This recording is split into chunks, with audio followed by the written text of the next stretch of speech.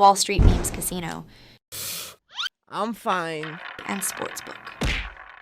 Get a sign-up bonus of 200% up to $25,000 when joining today. Sign up now. Terms and conditions apply. Vote for IFL in this year's Sports Podcast Awards. Go to www.sportspodcastgroup.com and vote for us in Best Combat Sports Podcast and the Diverse Voices Awards categories. IFL Pod, available across all major streaming platforms now. This is Kugan Cassis for IFL TV. Delighted to be joined, as always, by Mr. Gareth A.DAVIES. Gareth, how are you, mate? Very well indeed. A very happy Sunday to you, Kugan. Yeah, happy Sunday, absolutely. You look like you've been in the gym. Don't know about that. Yeah. I'm about to go out for my 90-minute bike ride. 20 miles. It's freezing cold, though, but there we go. There we go. Can't have everything in life. Gareth, let's talk about, obviously, last night. Natasha Jonas obviously defeating Michaela Mayer in what has been deemed, well, say a controversial win. Some people, a lot of people, however you want to put it, have believed that Michaela Mayer did enough to win the fight. So what was your thoughts on that? I scored it 95-95. But I could easily have scored it 96-94 to Michaela Mayer as well. I even get the 97-93 for Michaela Mayer that people feel. Obviously, that's a 1 or 2 round split that way. On the eye test, Michaela Mayer definitely won the fight. If you weren't scoring it, you would give it to her because forward pressure, heavier pressure, the tenacity that she showed during the fight, the relentlessness. But if you were watching it really closely, that was a very, very close fight. There were many rounds that were hard to score. I gave Mayer rounds 4 to 7 clear. I also gave her the second. I gave Jonas the first and the third, and I gave Jonas the last 3 to make it a draw. But I could have easily scored one of those for Mayer as well. But that's how I came out, 95-95. But I do not see a way that Natasha was a winner on the cards in my book. I can't find another round that goes her way. So I don't understand the scoring of the judges. I mean, for me, it's a draw or it's a Mayer victory. And also, if justice is served, they're going to have to play it back, Cook. And I don't know if you agree with me, but they need a second fight. It was a fantastic fight, relentless action. And to all those that say women should be fighting 3-minute rounds, yes, we wouldn't get controversial, very close fights like that if it was all 3-minute rounds, but we wouldn't get the action we got in that fight if it was 3-minute rounds either. Maybe at that elite level, they need to change it. But I think the quality of the fight over 10 rounds, 10 2-minute rounds was there. I don't think we'd have got the same thing in 3-minute rounds. I don't know what you think about that.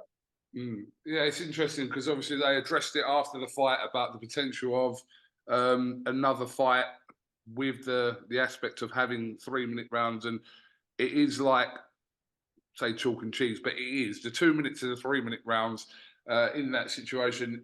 Completely different fight. You go from aerobic to anaerobic to aerobic, aerobic to anaerobic with the extra minute. So it's a completely different contest. And it needs a lot of thinking. If they want to do it, happy to go with it and see it. But at the moment, I think we're getting great women's fights because it's 2-minute rounds. And I think we're getting entertaining fights as a result. I hope they fight again. Obviously, they're both chasing fights with the likes of Katie Taylor. And if Jonas got an offer of Katie Taylor, I'm sure she'd take that rather than Michaela Mayer. But I almost feel that she owes a rematch with Michaela Mayer. It was a brilliant fight. The respect levels between the two elite women were brilliant all the way throughout. I mean, I picked Jonas to win on points, but I don't see anything other than a draw or a victory by 6-4 or 7-3 if you push those 2 rounds towards the end in Mayer's favour as well. I mean, if you're Natasha Jonas, obviously she's edged a close fight. It's no fault of her own. She got given the decision, and yeah, I mean, I know everyone had their opinion last night and also today on social media. But yeah, listen, Natasha, in her and her team's perspective, edged a close fight. So, you know, what happens after that is kind of whatever happened, but it's no fault for Natasha's. No, it's not her fault, but it's her, to her credit that almost the entire crowd there was for Natasha, was for Liverpool, was for her to have a victory. I mean, if you recall during the United States anthem, there was kind of a hubbub. There wasn't silence for it. It was a very partisan crowd that totally and utterly wanted this very popular fighter to win. And you look at the build-up all week. It was about what a legend of Liverpool boxing she was, one of the great legends. They didn't mention people like Jem Mace back years and decades ago, coming back to Liverpool station to be met by 5,000 people at the train station. There's a massive history of great fighters. You heard Tony Bellew talking about her, the Smith brothers. She's a very, very, and I've known her for a long time as well. I think since about 2005. Always covered Tasha's career. She's a very graceful, very heroine-like figure, not just in that part of the world, but in women's boxing. She had a very, very tough fight last night, and you could see while they were waiting for their hands to be raised. I think it was Howard Foster was the ref for that fight, from memory. Or was it Michael Alexander? It was either Michael Alexander or Howard Foster. They did the 2 main fights. They didn't know who was the winner. Tasha didn't know. It was such a close fight. Neither of them actually knew, but home advantage definitely helped her last night.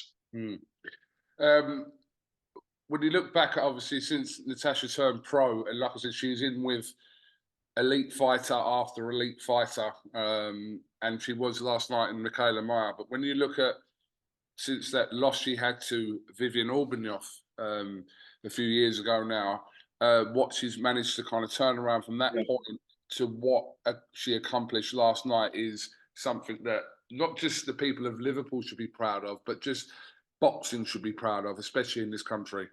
Yeah, I mean, that Oberhof was the turning point. She's 39, isn't she? What's that? 3 years ago, maybe, Oberhof.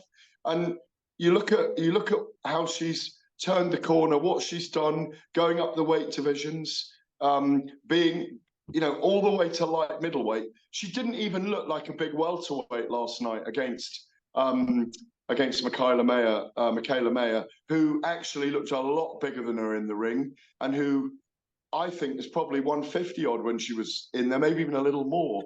Because Michaela's been boiling down her body for ages, and by the way, has a big future there in that division. Even at 154, she might have a future.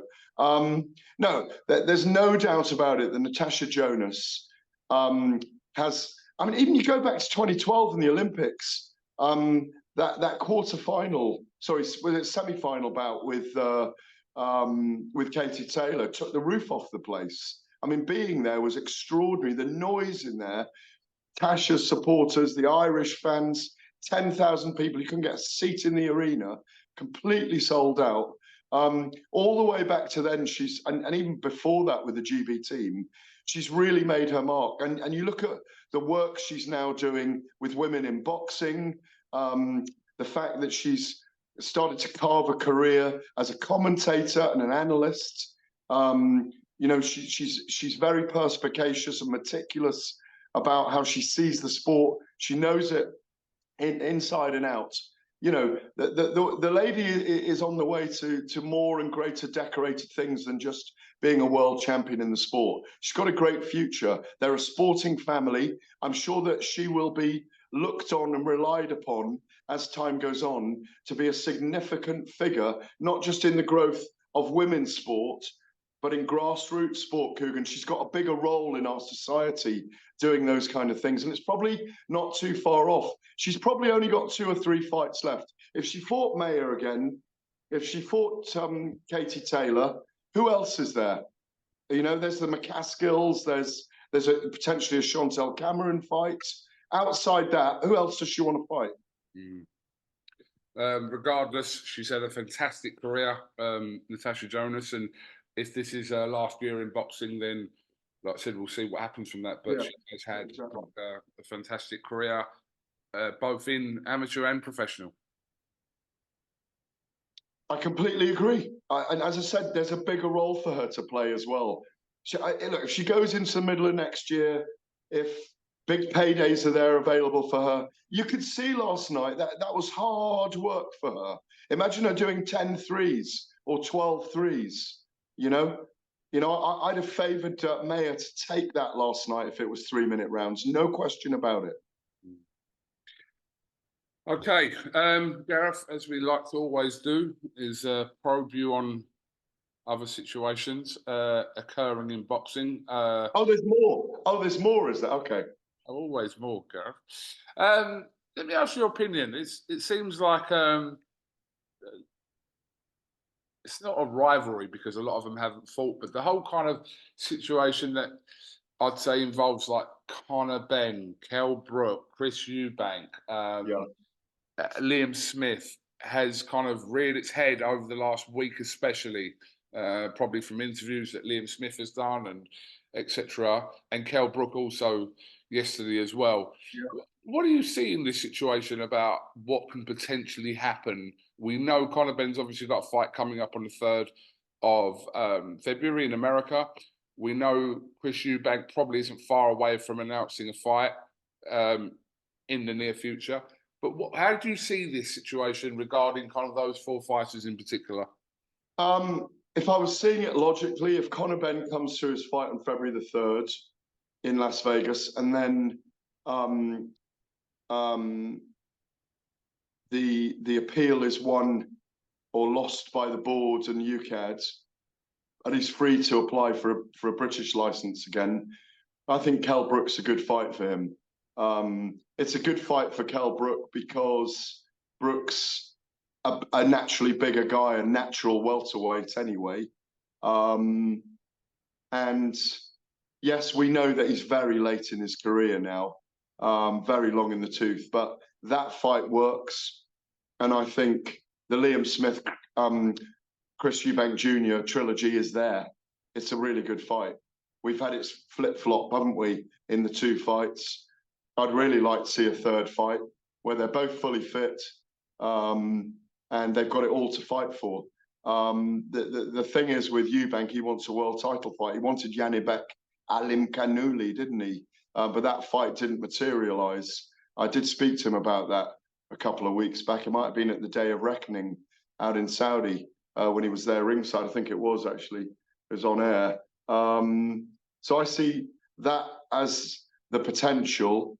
If Conor Benn and Chris Eubank, if he gets his license, if Conor gets his license in the UK again, there's a lot of money there for that Chris Eubank fight. But I still think he's overmatched against Chris Eubank at middleweight.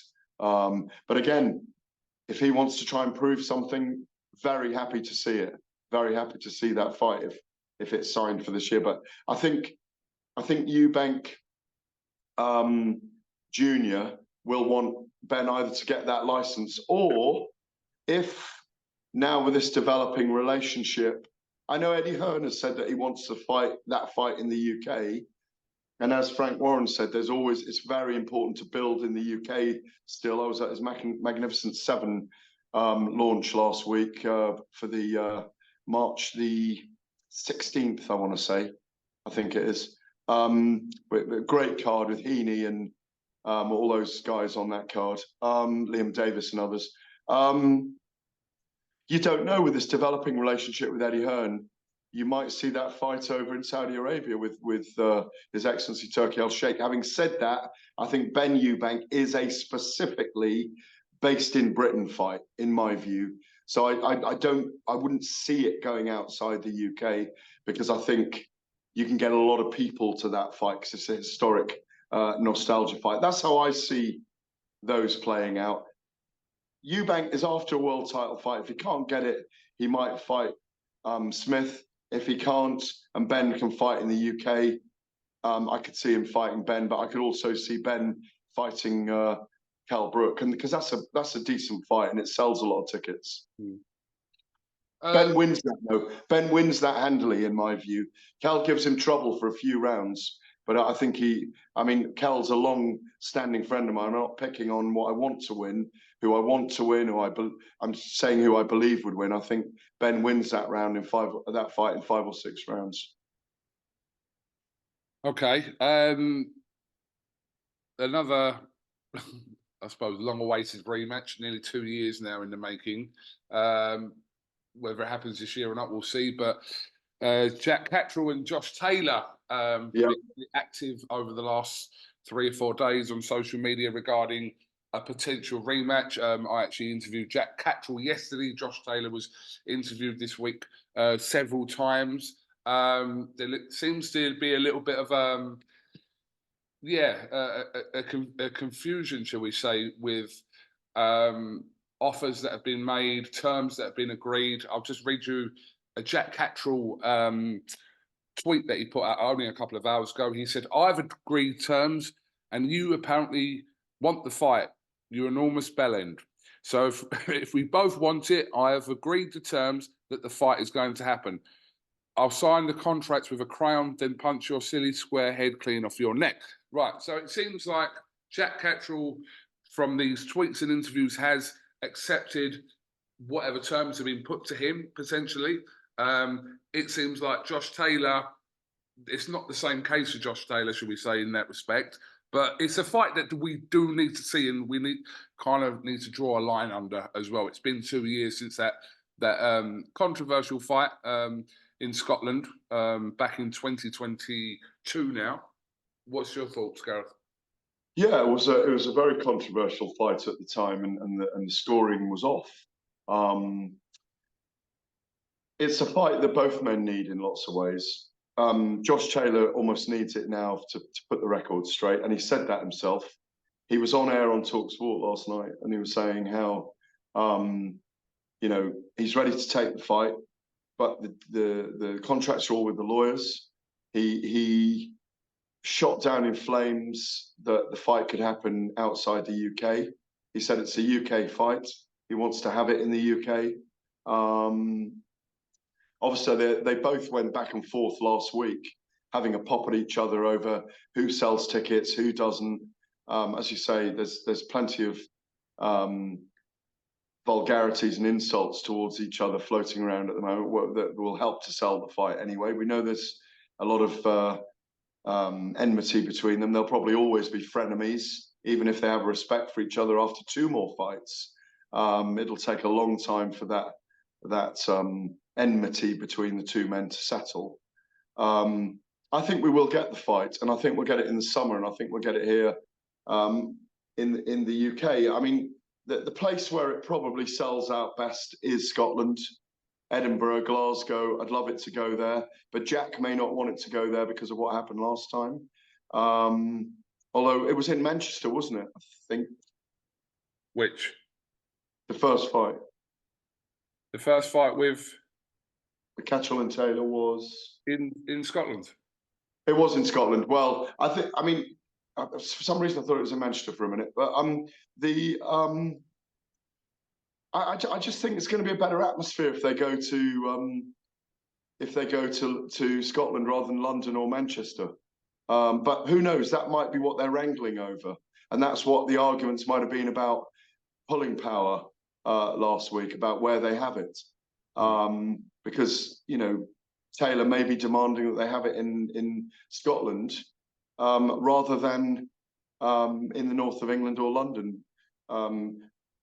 Taylor's argument being that Catterall doesn't sell enough tickets, which may or may not be true. I don't know. I don't know where he is with ticket sales, but I do think it'll sell out in Scotland. But I also think it might work in Manchester if they drive up enough controversy between them and have a nice lead time and a couple of spicy press conferences and go on a bit of a tour. But yeah, it's a fight we need to see. It looks like it's on the way. I reckon we'll get it early summer.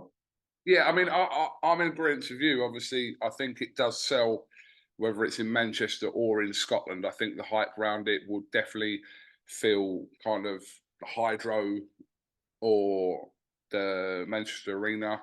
What's it called now? The AO Arena. I do think it will sell wherever it goes, that fight, to be fair. But London's a big ask for and fans. London as well. Yeah. Outside of that, London, yeah. Yeah, I mean, and at the end of the day, Taylor can, even though, you know, almost all fight fans believe Jack Catchell won that fight, Taylor's got the W on his record, so he can pull the punches here in terms of the negotiation. Because in a way, Catchell needs it more than Taylor. But I do think they'll have the fight, because obviously there was a time when Taylor was on the up and up.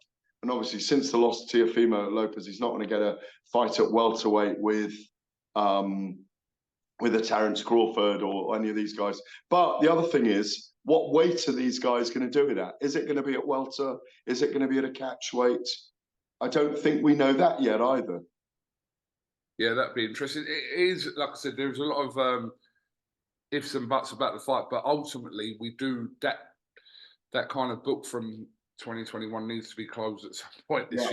And like I said, whether it's too late for Jack or perfect timing for Josh or vice versa, only time can tell, Gareth. Yeah, exactly. But I think this year is the year to have the fight. Otherwise, I think it's not there anymore. Yeah. You know? Gareth, who wins? Lennox Lewis or Eddie Hearn? In what? Well, I'm sure you would have seen their back and forth over the last 4 or 5 days. I have. Who wins? Well, they both got a point. The thing is, if Lennox was around now, like any other fighter, like Carl Froch was around now, look, I think. Gareth, before you say anything, let me just give people a little bit of context about what we're actually talking about, right? So Lennox puts a tweet out the other day and says, I'll read the tweet out. It says, in my opinion, this fight, talking about AJ and Ngannou, adds zero credibility to AJ's resume. He's supposed to win this fight, and when he does, what does he gain or learn by beating someone in his second heavyweight fight? If he loses, this is an absolute disaster. The same stood for Fury, and it almost cost him everything. So obviously, Lennox very critical of AJ's next opponent. We know there's been a little bit of an underlying, I don't know, maybe I'm wrong in saying it, or maybe I'm bang on, but there has been a little thing between Lennox and AJ over the years, which you would have seen and read between the lines of. So this kind of probably just adds to that a little bit. Like I said, I don't know. I'm not going to go out and say that Lennox doesn't like AJ, etc., but there has been comments back and forth over the last kind of 6-7 years between AJ and Lennox. Yeah, I'm just having a look here, right? I was looking at this the other day.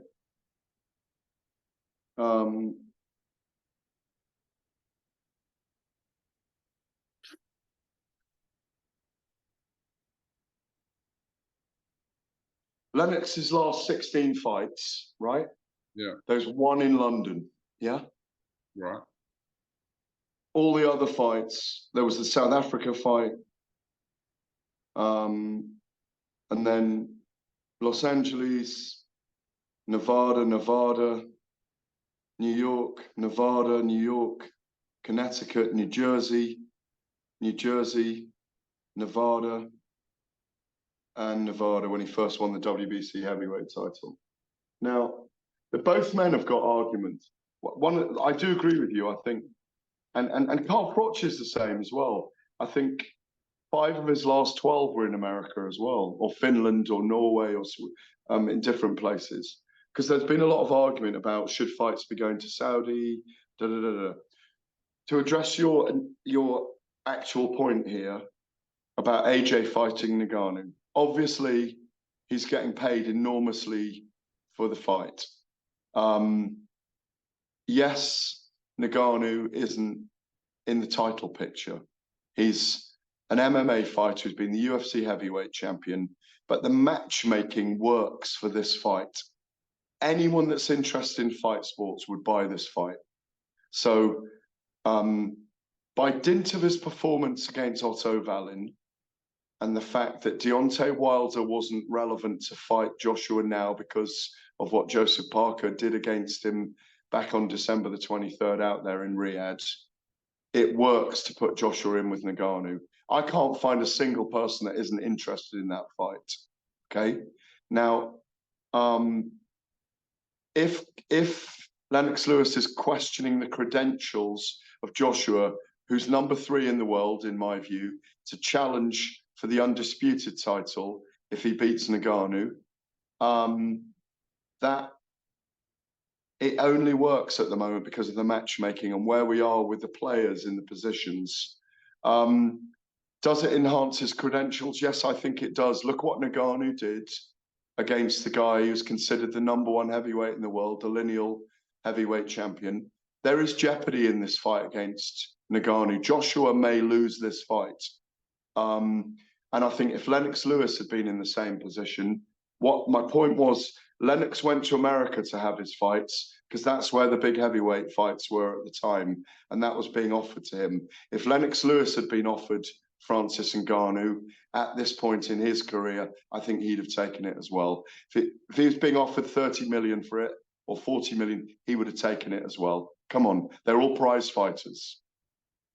Gareth, let me just kind of, extend from what the tweets, because there was a lot of tweets actually between. I know, that's to answer your question there, though. But yeah, of course. But I'm just going to go on from that where Lennox tweeted Eddie and said, okay, at Eddie Hearn, I know this is a promoter in you speaking, so I'll break it down like a boxing fan.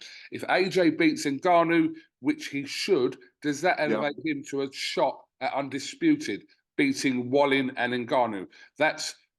There's much a better case for the winner of Parker and Zhang. Now, Eddie Hearn. I don't disagree with that. I think that I don't disagree with that. Okay, the winner of Parker and Zhang. Yeah. Yes. Okay, but Eddie Hearn came back with this: break down whatever you want. His Excellency confirmed the plan. Winner of Joshua Ngannou fights the winner of Fury and Usyk. Now we know that if that's the accurate plan, then there's more likely a chance that that will actually occur after March the 8th. The dream has, this is from Eddie Hearn, continued, the dream has always been undisputed and we are only 1 win away from challenging it. No problem with you preferring Parker or Zhang getting a shot at undisputed over AJ. So if the plan internally, or whichever way you want to put it, is if Turki Al-Sheikh has said that the winner of the fight with AJ and Ngannou will face the winner of Fury and Usyk, we know that that is more than likely going to happen. So from Eddie Hearn's perspective, he's accurate in what he's saying. But what they want is obviously Fury and Joshua, which is an enormous fight. The problem comes if Ngannou beats Joshua. The big question people should be asking is, should Ngannou get a shot at the undisputed title? Yes, agreed. Beats Joshua. That's the bigger question. Yeah. That's going to be the bigger moral debate, if you like. And do you know what?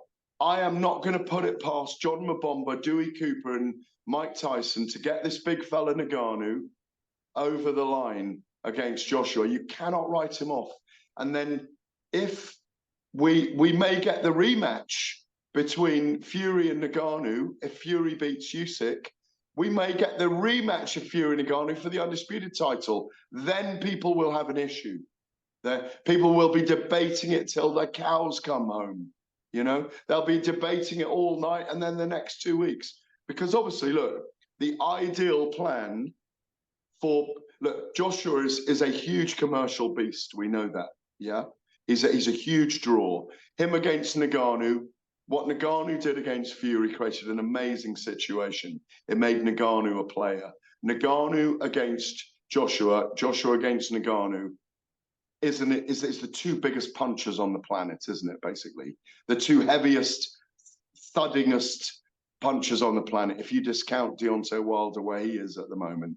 The two biggest heavyweights, if you like, in terms of weight and size and all those things outside Fury. So it's an amazing event. It's the Rumble in Riyadh. You know, it's the Rumble in the jungle 50 years later, but it's a Rumble in Riyadh. It's knockout chaos. And it really does sell as an event. But like you say, and you can debate this, does the winner of Zhang and Parker actually rightfully, in terms of body of work and all those things that go with a career, does one of them rightly stake a claim to the undisputed title? We don't know truly what's going to happen yet. They've said that's going to happen. There's a lot of promotional stuff going on at the moment. Eddie's getting deeply involved in it, as he's saying, and he's going to say this all the way up to March the 8th and beyond. AJ now, because in my view, you don't know if those belts are going to be scattered to the winds after that first fight. The IBF in question. Yeah, we don't know. So all of this is just promotion, and it's excitement, and we are going to look at the nuance now, the journeys that they're all going to go on. But again, I'll bring it back to the key thing: all the big fights are happening, and they'll all happen. And as long as these guys last, as long as they want to go on, as long as they can still get up in the morning while they're sleeping in their silk pajamas and go for a run at 5 a.m. and put themselves through camp. And Fury, by the way, looks very lean. I saw him at the Joy Awards last night out in Riyadh, and he looked very, very lean. His suit was hanging off him. It's good to see. I can't wait. I mean, there's no answer. There isn't a clear answer to what you've just said. There are lots of possible scenarios. But like I said, the biggest debate of all will be if Ngannou beats Joshua, and he may, because if Joshua can't put him away and he holds his shape and Joshua gets caught by him and Ngannou can finish, you know, I think if Joshua wins, I think it might well be by 10-round points decision, because no one seems to have put Ngannou away, even with 4-ounce gloves in MMA. So he may, again, he could go with one big AJ punch. He could go, they might have a 10-round war. You know, you just don't know. But the big debate will be if Ngannou wins and Fury wins, should Ngannou be fighting for the undisputed? Not long to find out. The next 2 months in boxing is going to be very interesting. Gareth, thank you. But what we can do, but if that does happen, what we can do, I know he was an Olympic gold medalist when he came back and he fought Ali, but Spinks had only had, my memory doesn't serve me right, it's either 6 or 7 fights, 6, 7 or 8 fights when he fought Ali for the title. Times change, things evolve. You know, at what point, for example, I know you were trying to get rid of me there, but I'm starting to think about it now. I'm not trying to get rid of you. Go on. I'm just going to be quite right soon because he's going to get minus. But at what point does Ngannou deserve that? If he beats Joshua, does he need to beat a Zhang or a Parker then to fight for the undisputed? Maybe he needs one more title, one more victory. You know, if he beats Joshua. We're going to talk about all of this forever. He's the anomaly in there. He's the joker in the pack. And I mean that in terms of a deck of cards, you know? But do you not think it's fascinating at the moment? It is fascinating. And I do think you bring up a good point about the situation regarding AJ and Ngannou. If Ngannou is to win, then the attention will turn on whether somebody who's only had 2 fights at heavyweight deserves a shot at undisputed. 100%. That's probably the better question. It is the better question. That's a very technical question, you know, because if Ngannou's ranked number 10 with the WBC, if he beats Joshua, who I think is 3 with the WBC, I think at the moment, he's there. So if you do it on ranking, so, you know, but this is where matchmaking and promotion is starting to get fascinating, you know. We shall see. Gareth, thank you very much for your time. We've done nearly 35 minutes or 36 minutes. There you go. Getting like Eddie Hearn. It's getting like you and Eddie Hearn. You're missing him, are you? No, not really. Don't even know where he is. Well, happy Sunday and have a happy Monday. Gareth, thank you very much, and we'll definitely catch up with you soon. Like I said, boxing is about to get serious, so Yeah. Let's see how these next 2 months pan out. Gareth, Yes. keep it real. See you later. Cheers. Cheers. Take care, Gareth. Cheers. Wall Street Memes Casino, I'm fine. and Sportsbook. Get a sign-up bonus of 200% up to $25,000 when joining today. Sign up now. Terms and conditions apply. Vote for IFL in this year's Sports Podcast Awards. Go to www.sportspodcastgroup.com and vote for us in Best Combat Sports Podcast and the Diverse Voices Awards categories. IFL Pod, available across all major streaming platforms now.